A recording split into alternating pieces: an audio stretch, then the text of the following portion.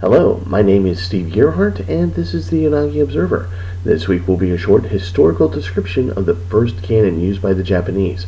Please also be sure to view a previous video I did on the Tanegashima matchlock. The link is down below. Before the Portuguese showed up in 1543 after being blown off course in a storm, Japan really didn't have that many firearms as part of their arsenal. This is not to say that they were unaware of the Chinese discovery of gunpowder. They were, but the applications of gunpowder at that time was largely limited to entertainment as fireworks. Gunpowder was an accidental discovery by the Chinese in the 9th century. The alchemists in charge were supposed to find an elixir for immortality.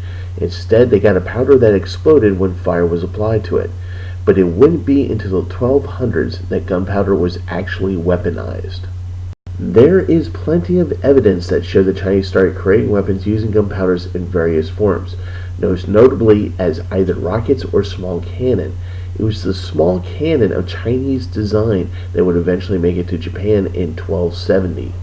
These small cannon were called Teppo, and while technically a cannon, the Teppo was really just an oversized smoothbore piece.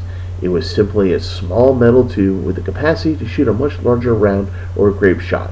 While a part of the arsenal of Chinese armies, the Japanese really didn't use them that much. In fact, the only real notable use came after the introduction of the Tanegashima matchlock in 1543. The first real recorded use of a mass amount of Teppo cannon came at the Battle of Nagashino in 1575.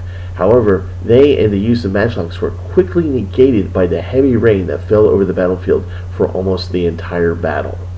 By this point, Japanese samurai and nobles had really bought into the idea of firearms. More and more armies vying for control of Japan at that time were creating artillery units and riflemen units. So instead of giving up on these weapons, the Japanese made improvements on them, mere months after the Battle of Nagashino. These innovations would lead to the creation of proper cannons of the time.